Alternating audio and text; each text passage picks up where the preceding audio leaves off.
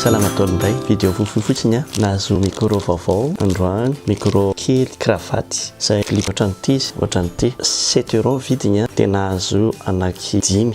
zany mora be dia viteo fa tsara n'izy zany ty ampiasaiko ty tsy mampiasa micro le condensateur iny fa micro tsotra ohatran'ity ny ampiasaina anazy dia afahana manao ohatran'izao dommage fa fohy kely le tadiny ohatra misy miteny 1m20 angambany raha ataoko ohatran'izao dia tena